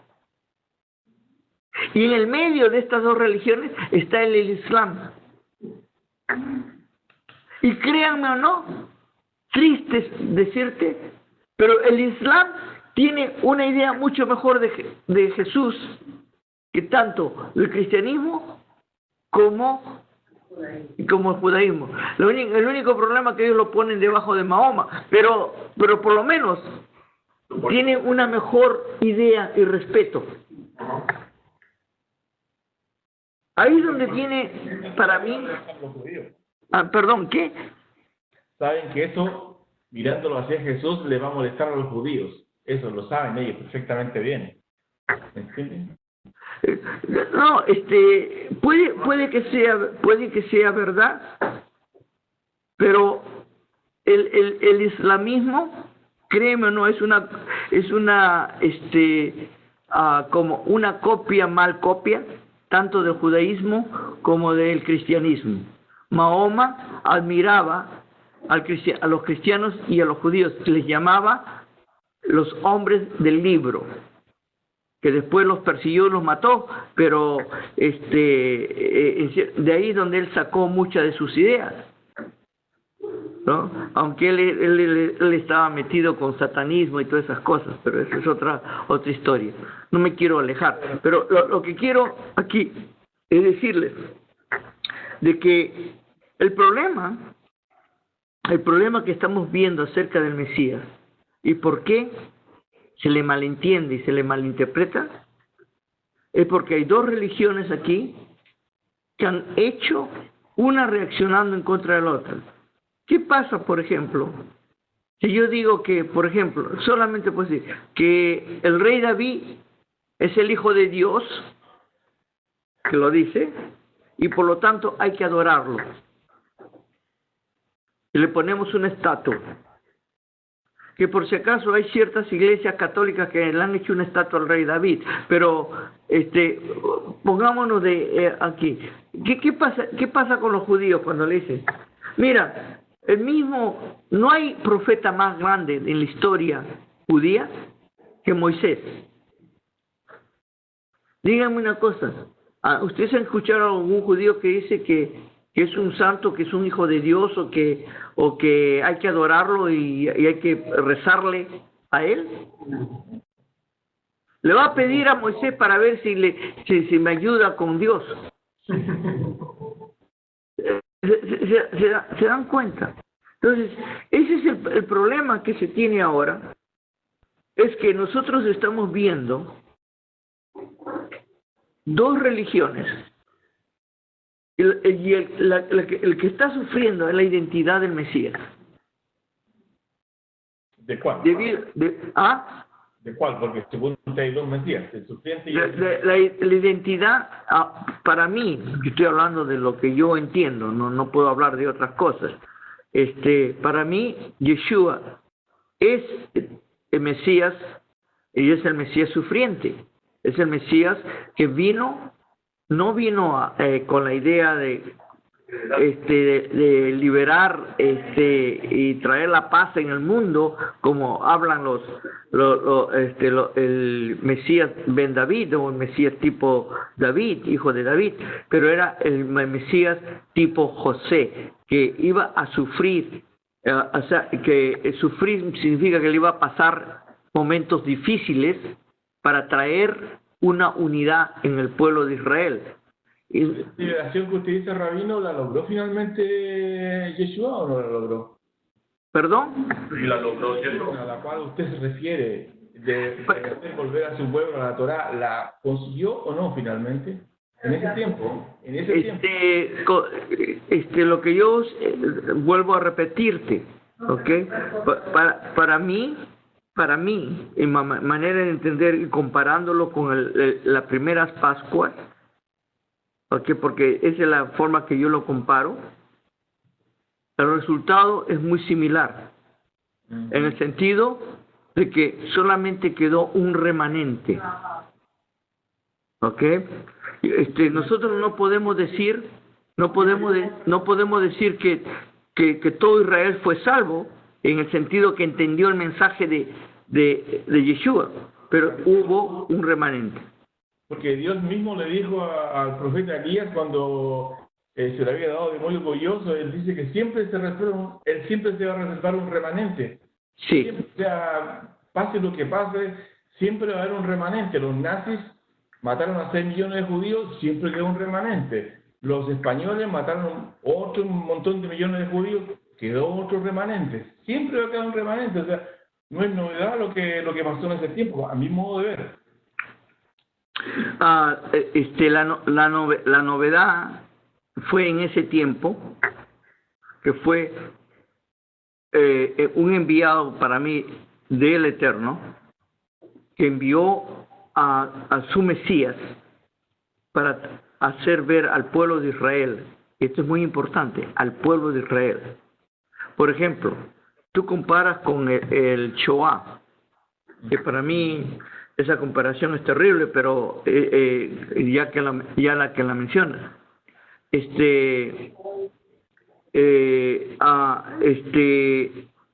tenemos que ver que hay muchas similitudes, tanto con la salida de Egipto, con Yeshua y con el Shoah. Las similitudes, si se puede decir, los rasgos parecidos, por decir así, es que el pueblo de Israel estaba entrando en una asimilación completa. La forma de persuadir o disuadir al pueblo de Israel es que el mundo no te acepta. Tú eres rechazado por el resto del mundo y tú tienes que vivir separado de esta gente, porque por más que te quieras agarrar de ellos o volver como ellos saben que tú no eres de ellos. Eso pasó con Egipto, pasó con los romanos, pasó con Shoah, ha pasado con el pogrom con los rusos, ¿no? Y está pasando hoy en día. Israel quisiera asimilarse. Israel quisiera perder su identidad y dejar de ser Israel. El único que no lo deja dejar de ser Israel es el Eterno. Porque si fuera por el pueblo de Israel, mira, tú tienes ahora la gente, tú le preguntas a la gente que no es israelita, que no es judía, y tú les preguntas, ¿quiénes son judíos? E inmediatamente para ellos judíos son los que se visten de negro, que tienen los tremendos rulos de los peyot en los costados y supuestamente tienen la religión ortodoxa. Y entonces los judíos seculares ya no son judíos, ya no son israelitas. En Israel hoy en día hay más seculares que judíos religiosos. Entonces, ¿cuál es Israel? Ahora es muy difícil tener una definición. Ahora, en el mismo Israel de hoy día, la asimilación es un fenómeno horrible.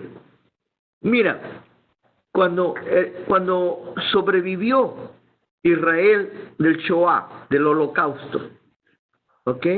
Llegó una gente completamente derrotada, casi muerta, y nuevamente como el ave fénix sobrevivió.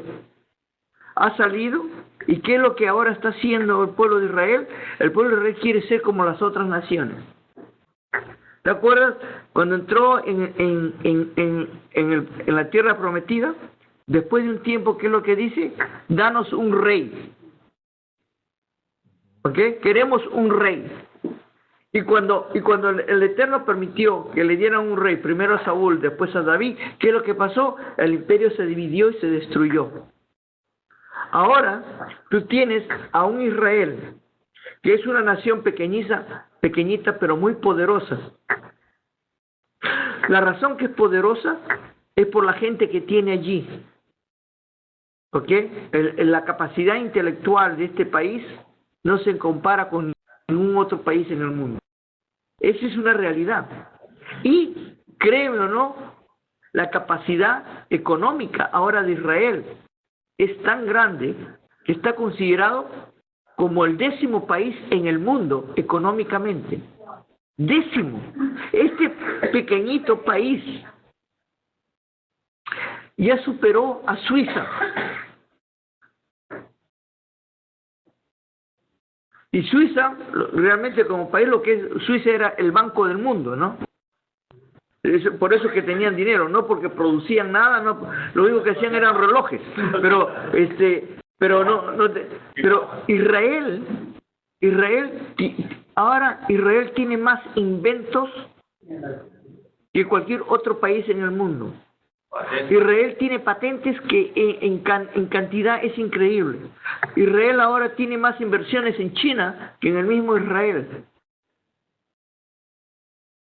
Eso te hace ver que este país o este pueblo, sea lo que sea, hay algo diferente que no es igual a los demás. El problema, y esto lo tenemos que nosotros aceptar, el peor problema de Israel no son los que odian a Israel. El peor problema que tiene Israel son los israelitas. Eso es lo que tenemos problemas. ¿Por qué? Porque nosotros mismos nos estamos disparando al pie. Mira, hay un dicho que en Israel todos los israelitas lo conocen. Yo he vivido ahí, por eso te lo puedo decir, porque lo he visto cuando estábamos siendo atacados y esas cosas. El único tiempo que Israel se pone unido es cuando lo atacan, cuando están en guerra. Si Israel no está en guerra, cada uno por su lado. Y son, pero de lo peor. Mira, ¿tú sabes cuál es el orgullo de ahora de Israel? Tel Aviv, la capital de los gays. ¿No? En todo medio, no capitales chilenos, capitales de los gays. ¿Ok? ¿Ok? De todo el Medio Oriente. Y Israel, el país del aborto. Ahora en Israel hay más abortos que en cualquier otro país en el mundo. Eso es Israel. Dime, ¿nuestro Eterno no lo va a vomitar?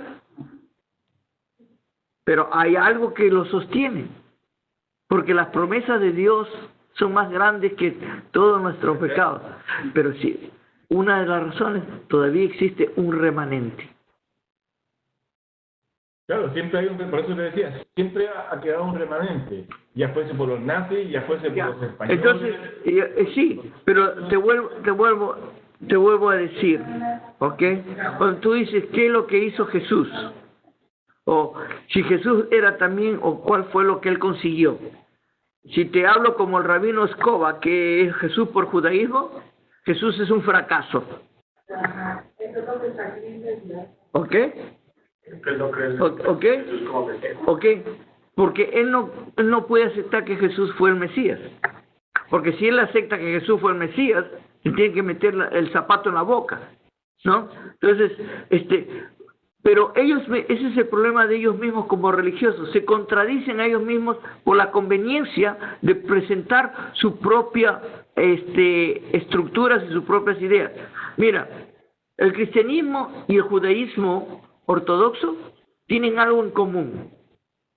Cuando les conviene algo, te lo dicen. Cuando no les conviene, están en contra. ¿Ok? A ellos no les interesa si es verdad o es mentira.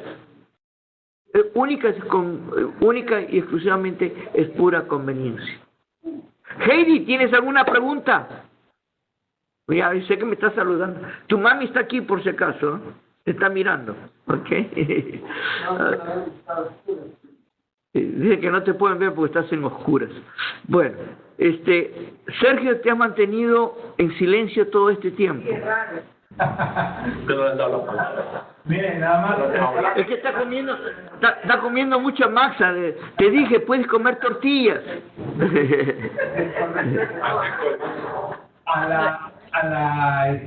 Que nadie puede morir por los pecados de otros. todos tienen que dar cuenta de su propio pecado. Nada más quiero, ¿cómo interpretar o lo que se dice de Shemot 20:5? Cuando dice el Eterno que yo soy el que soy celoso, que visito la maldad de los padres sobre los hijos hasta la tercera y cuarta generación. ¿Cómo interpreto esto? Y después que sigue leyendo.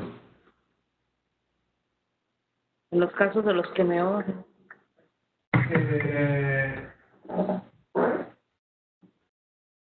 Dice, no te posternarás a ellos y no los servirás, pues yo soy Elohim todopoderoso, celoso, que recuerda el pecado de padres sobre hijos, sobre terceras generaciones y sobre cuartas, a mis enemigos.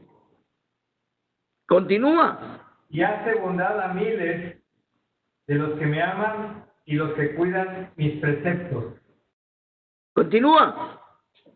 No alzarás al nombre de Elohim en vano, pues no limpiará o justificará a Elohim al que alce su nombre en vano. Siempre te voy a dar un consejo, siempre lee en contexto y lee, no me saques una cosita fuera de todo el sistema, porque haciendo eso es lo que la mayoría de los religiosos hacen, te sacan un versículo y no ven toda la figura. Pero esto es lo que él está diciendo, ¿ok? No, el castigo del hombre se puede continuar hasta la tercera o cuarta generación, pero el amor de Dios es para siempre. El perdón de Dios es para siempre. Lo que nos está diciendo es que el error de los padres puede continuar con los hijos y con los hijos de los hijos. ¿Ok? Pero ahí se queda. ¿Ok? Pero hay un proceso en el cual el Eterno nos da a nosotros, nos ilumina y tenemos la capacidad de parar. Es decir, hasta aquí duró eso, basta, ahora cambia. Y el Eterno está con nosotros, porque su magnanimidad y su benevolencia, su amor, es hasta la 1000 generación, significa por siempre. Él no se acaba. Pero sí hay una gran verdad allí, que cuando la idolatría penetra en una comunidad, existe es como un mal que contagioso y contagia a las generaciones que vienen. La única forma que yo le llamo maldición generacional, si se puede poner de esa forma, tiene que ser cortada. Y para que se corte esa generación, esa maldición generacional, la persona de esa generación tiene que decir hasta aquí, basta, no más. Y uno tiene poder de cortarla. No es que uno ha sido condenado por eternidad. Y si uno hasta la cuarta generación continúa eso, el Eterno nos va a proveer medios para salirnos de eso. Muchos de nosotros somos cuarta generación o tercera generación, que significa el mal llegó ahí y ahora tenemos la mentalidad abierta para ver la verdad. Pero antes no la podíamos ver. ¿Me entiendes? Sí. ¿O me hago comprender? No se refiere a la consecuencia del pecado de los padres sobre los hijos. No es la consecuencia. Acuérdate, yo le he llamado maldición. ¿Ok? Lo que significa es el pecado del padre. No es que se lo pase al hijo. El hijo aprende. ¿Ok? Sino el hijo aprende del padre y continúa. O sea, el hijo lo puede parar. Mira, si tu padre te enseña a robar, perdón, no le estoy diciendo que usted lo haga, por si acaso, si tu padre te enseña a robar, y tú sabes que robar es malo, y dices, no, papá, yo no robo más, estás cortando la maldición. Pero ¿qué pasa si dice, está bien, yo sigo robando, me gusta? ¿Qué estás haciendo tú? ¿Te va a castigar por tu padre o te van a castigar por tu decisión? Por mi decisión. Ajá, ajá. ¿Eh? Ahí está el secreto. Ok. Okay. ¿Algo más? Bueno, son las 9 de la noche. Mire, qué rápido ha pasado, ¿eh? Hernán, me gustó mucho tu punto acerca de presionar acerca del Mesías, qué es lo que el Mesías ha hecho o lo que supone, porque es muy importante verlo a él en su papel de Mesías, pero el Mesías sufriente. Tenemos que hablar más acerca de qué es lo que significa el sufrimiento del Mesías, ¿ok?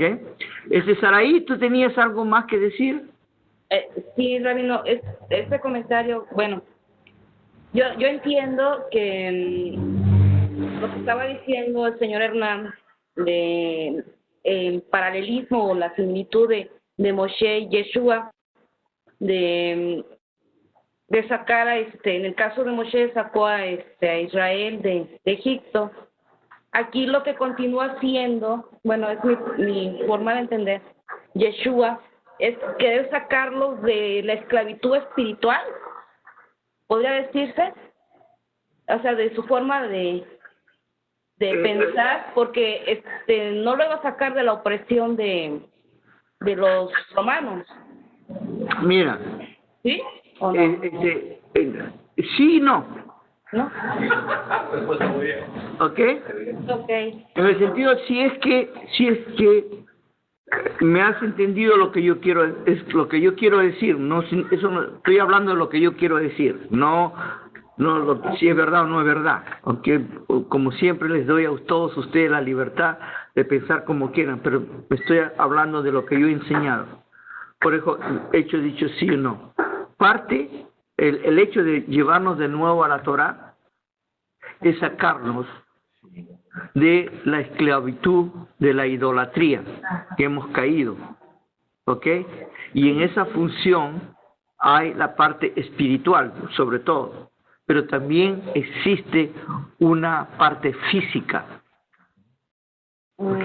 Porque la opresión no solamente es una opresión espiritual, es una opresión física, ¿ok? Quiero darle las gracias a todos ustedes.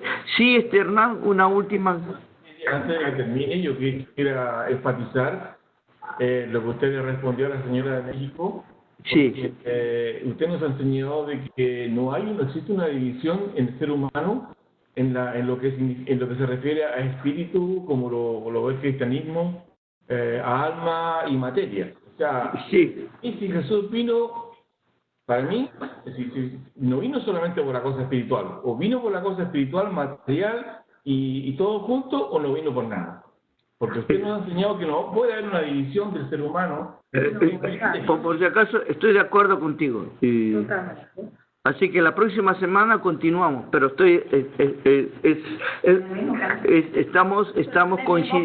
estamos coincidiendo. ¿Ok? El problema es como muchas personas interpretan qué significa libertad. ¿Ok? ¿Qué significa? Y eso lo podemos elaborar después. Les quiero agradecer a todos ustedes por su tiempo y seguimos abriéndonos pasos. Ya saben por qué la levadura significa un poquito más de orgullo, de hincharse o agarrarse de este mundo, cuando debemos de dejar y empezar una relación nueva con el Eterno. Que todos tengan muy buenas noches y que tengan un Hat Maxo Pesach, Hat Maxo Sameach, porque Pesach ya la tuvimos. Así que la pasen bien. Bendiciones a todos ustedes. Buenas noches.